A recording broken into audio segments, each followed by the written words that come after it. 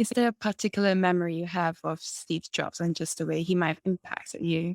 Well, I have a lot of memories of him, but one of the best ones, of course, is that he would come in and he would like say, if you ever need anything, just call me and I'll get it for you, whatever you need. And so I would sometimes, I did call him up and they put me through right away. It was shocking. Whatever it was I need, he sent it to me the next day. I mean, he was incredibly generous. So, he really liked teachers.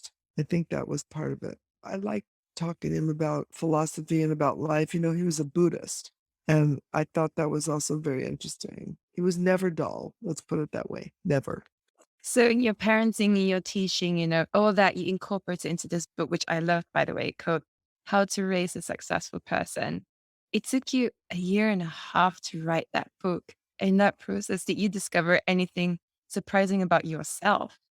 When you write a book and you're going back in time and thinking about how you were back then, just the reflection part makes a big difference. And I think that was really, really important for me to see, how I've grown and changed as a result of everything that I did. It also gave me an opportunity to go back and take a look at what I did with my daughters and how I parented. And I just remember when I told my daughters I was writing a book about it, they're like, "Oh, Mom, don't tell me you're writing a book about how you brought us up." And I said, "Yeah. Would you like to write the introduction?" And they're like, "No." And I said, "Are you sure?" Then first, I think it was Anne said, "Yes, I'll write it." And then Janet's like, I can't be left out." And then Susan said the same thing. Then they start fighting with each other about who's going to write it and how we're going to write it and all that stuff. The introduction is there and it's very funny. I learned a lot about that too. Yeah, I love that in the forward they wrote that when we learned that our mother's going to write this, we have to go back to our journals to find our own notes as well as what happened when we were little kids. That's right. They all had journals. I made them write every day in their little journals. That was also another thing I just came up with on my own. So we can't talk about the book without first defining what is successful. So I wonder if you could share what your thoughts are on that. Well, a lot of people ask me that. For many people, success is, having a lot of money. And so I'm leaving that out of my definition because I think that maybe you're successful in one area, but that doesn't mean you're successful in life. Because I've seen a lot of very wealthy people who are very unhappy. And as people become wealthier, they somehow think that they know more than the average person, that they're special. And I think this characteristic doesn't do them any good. So from my perspective, and even as a young mother with my children, not having a career, not knowing what they were doing, success is really feeling that you're supported in achieving your dreams. So a lot of conflict comes for teenagers between what they want to do with their lives and what their parents want them to do in their lives. And the parent usually has an unfulfilled desire that they did not achieve, that they want their child to do. And that's where the conflict comes because children frequently don't want to do that. So my idea of success is that that child feels supported in doing whatever it is they wanted to do. And whether that's being an artist or whether that's being an actor or a mathematician or a computer scientist or a doctor. And so the entire book is around the trick methodology. Could you share about that? So the trick methodology, this is what leads to success as far as I'm concerned, leads to you believing in yourself. And believing in yourself is probably the most important gift that your parents can give to you, that you believe that you can do it, whatever it is. TRIC is the acronym that I developed to help people remember what I thought was the most important thing in any relationship, but especially parenting in the classroom and also in the corporate world between a manager and the employees. TRIC stands for trust, respect, independence, collaboration, and kindness. My theory is that you can't do anything. There is no relationship without trust. And if you trust and respect someone, that means that you can give them a lot of independence to do things, that you collaborate with them. You don't just dictate and tell them what I want to do and I'm going to do it. And you treat them with kindness.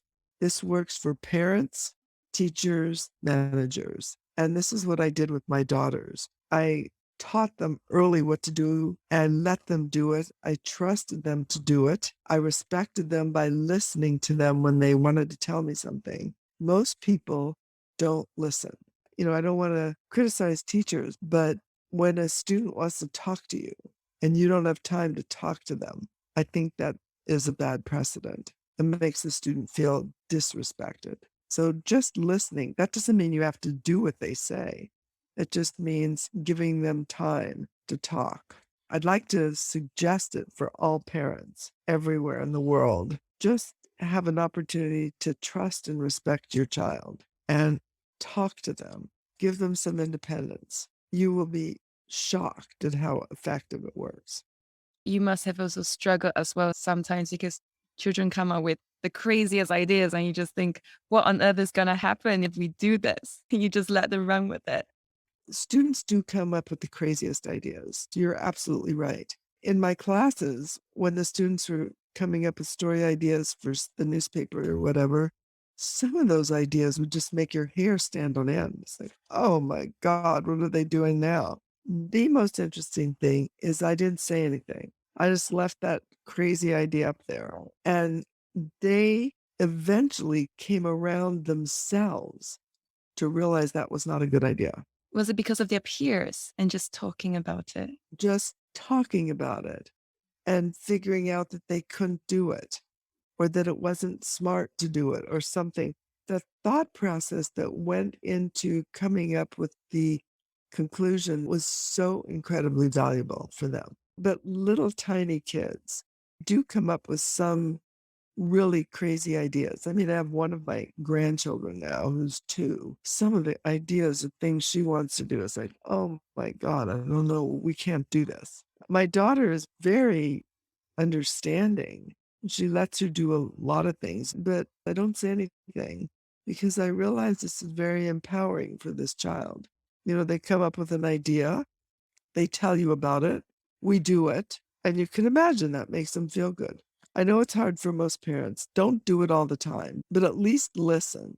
I think listening makes a big difference, and that doesn't cost anything. You just sit there and listen, nod your head, or smile. There was this story that stood out for me, which was the story of Anne, and she graduated from Yale and she wanted to be a babysitter. And she even almost turned out a job with Marcus Wallenberg. And I just wonder what was going through your head and what would you have done if she had decided, I want to be a babysitter for the rest of my life? That was a kind of shocking experience, to be honest, because she came home, she just spent all this huge amount of money on her going to Yale. And she majored in molecular biophysics. It's like, oh my God. And now you want to be a babysitter? Are you kidding? I just decided that was her life. She got to decide what she wanted to do. This went on for months. And she got this offer to go to New York. And she took the offer not because she wanted to work for the company. She wanted a free trip to New York. She's like, I want to go to New York and haven't been there for a while. And they're putting me up at one of these fancy hotels. Anyway, that did happen to be Marcus Wallenberg. And he convinced her to work for them. And she became head of the biotech fund at Investor International. She went from babysitting to the biotech. But, I let her make this choice because if I wouldn't have let her do it, she would have always regretted not being able to do that. And I wanted her to be happy with whatever it is she's spending her life doing. And she's very happy with 23andMe. Do you think you would have intervened though if she had never taken up that offer? Would there have been a part of you to think, oh, but there is this opportunity out there? Well, I did intervene a little bit. Let me tell you what I did. I said, there's a job fair down here at the local convention center, and they're giving away free food. How about that? So I tried to have attractive things that she might want to do to lure her out of her babysitting, she went, and she did like the food. I just can't. You must have talked to your children about what it was like being parented by you and what their views were of their childhood. What do they think? They think, oh, mom, you were far too liberal and I wish you had given more structure or given me more guidance. What were their thoughts? I gave them a lot of structure. I just didn't force them to do it. So I gave them opportunities. And then if they didn't want to take those opportunities, I didn't force them. So Anne has perfect pitch. She has incredible musical ability. She could play the piano at age 5, just listening. And she decided she didn't want to play the piano. She wanted to be an ice skater. And if you read in the book, you'll see that's what she did. She ended up being an ice skater. One of my grandchildren, he also inherited this musical capability. He's at Berkeley School of Music. She was also great at ice skating. She became part of a synchronized team. That's even harder than skating by yourself. So, I let her do what she wanted to do. And I think she learned from all those experiences. Also, they're not forcing their kids to do things either. The grandchild that is Berkeley School of Music, he picked that himself, decided he wanted to do that himself. In my family, there is a musical gene. And one of my cousins, my parents from Russia, one of my cousins won the Lenin Prize for music in all of Russia. How much of your parenting style do you see in your own children's parenting And style? they let their kids do the same thing. They give them opportunities.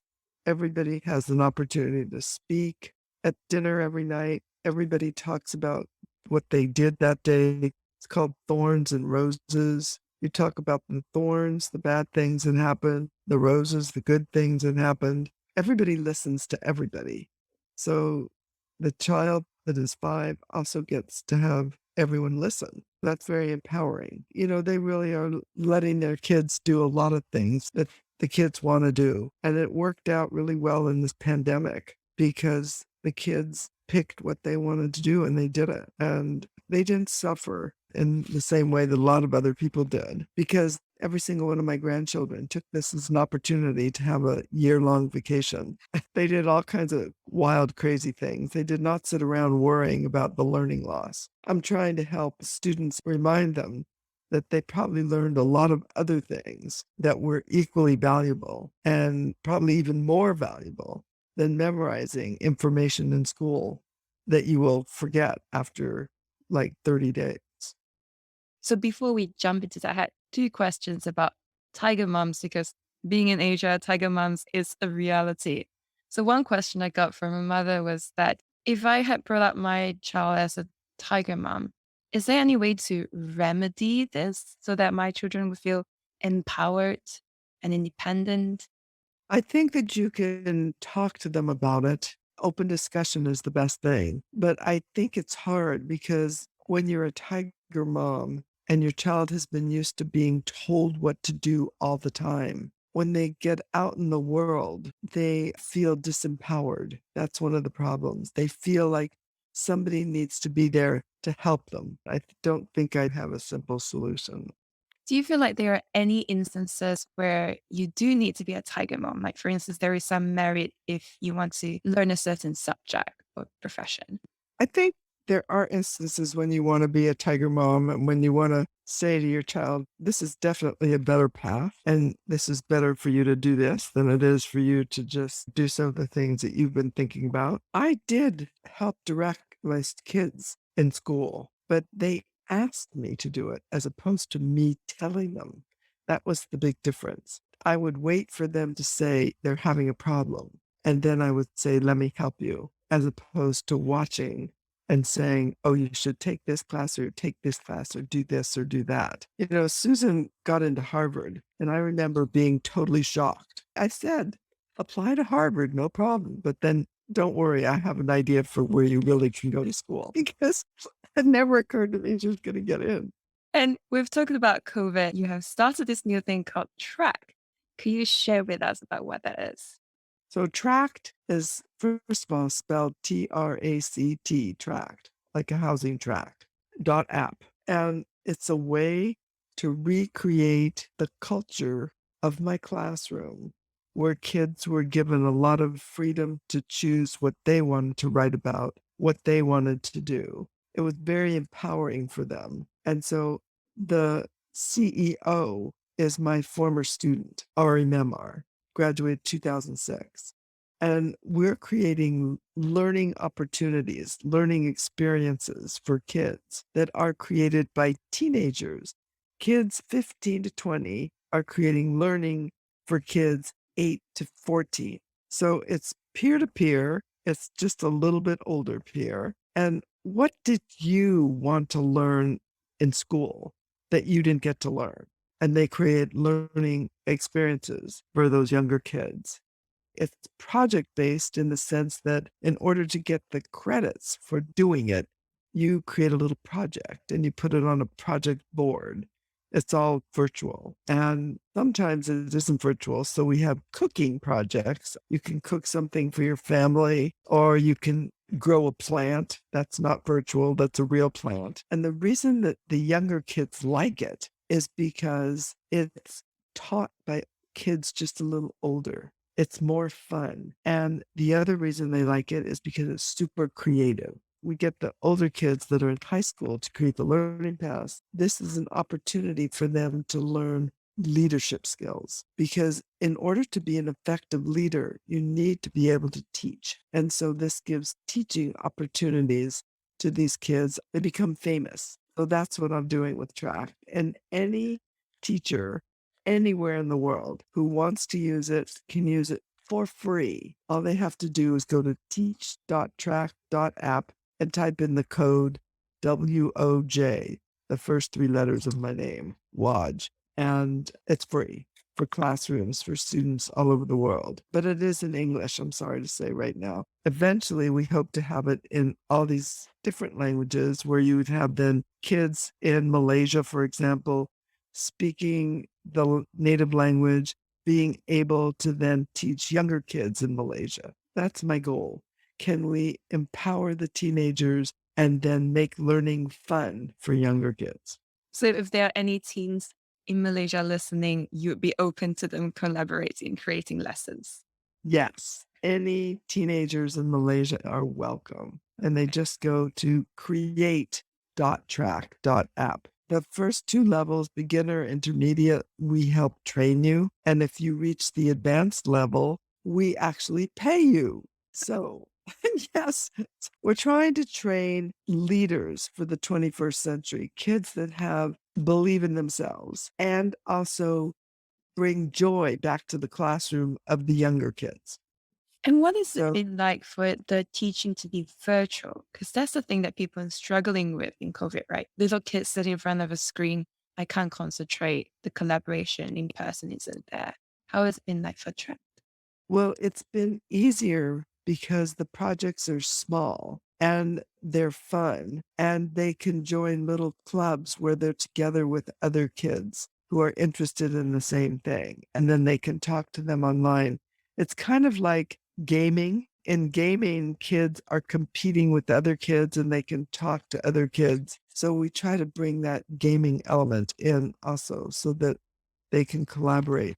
I mean, the main reason kids wanted to play Roblox was not because they liked playing Roblox, but they like being with other kids that are playing Roblox. That's the key. It's the kids. So that's what we're trying to do the same thing with Tract. Kids playing with kids. Has there been any surprising revelations for you in doing track in this season?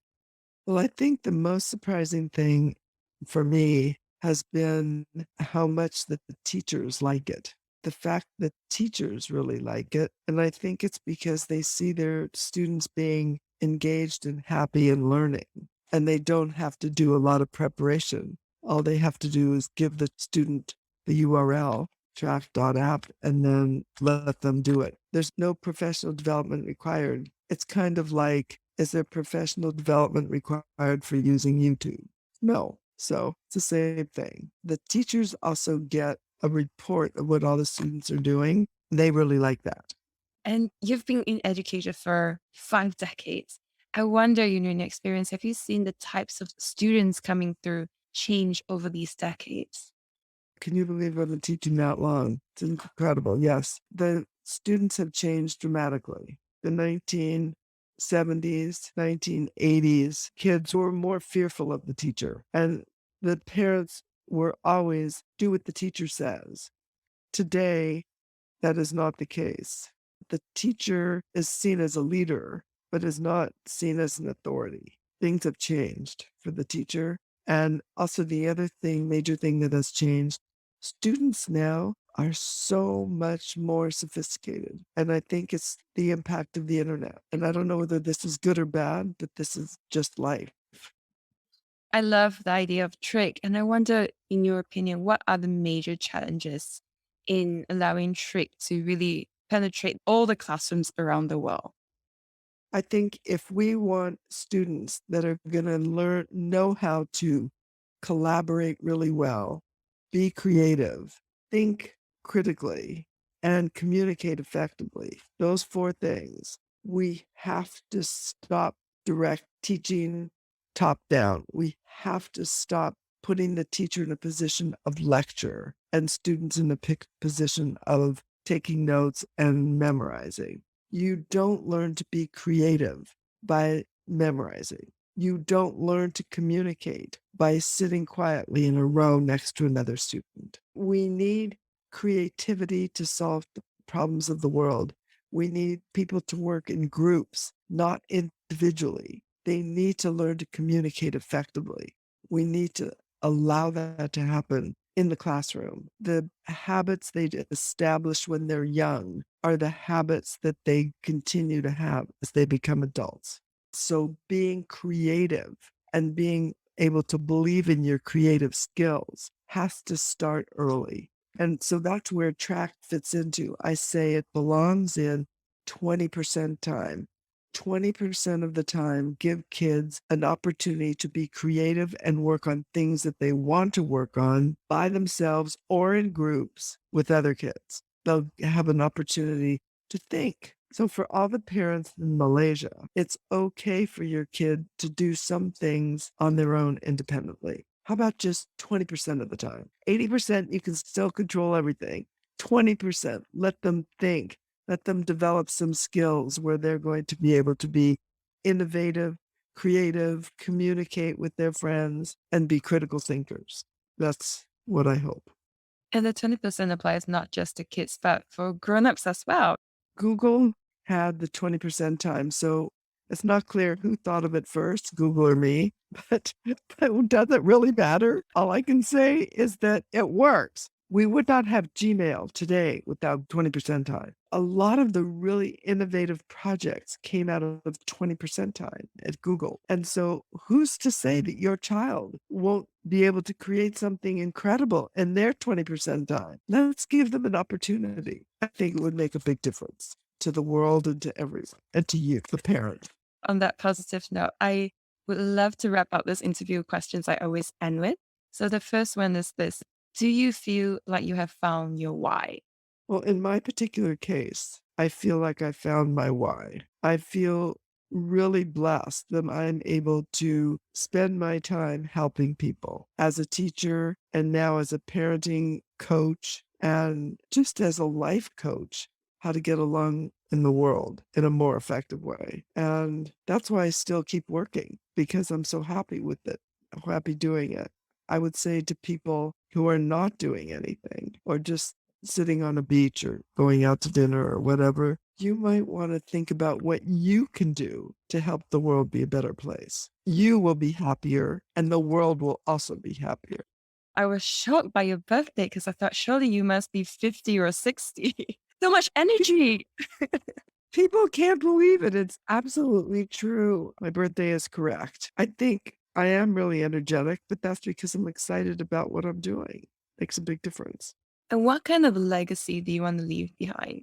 I think the legacy is encapsulated a lot in my book. It's really the trick legacy. Can we all learn as human beings to treat each other in a much more respectful, trusting way where we collaborate and not just dictate? And kindness. Kindness makes a huge difference in the world. And if we can be kind to each other, we, the person who's kind, profits and the one receiving the kindness profits. So that's my legacy trick.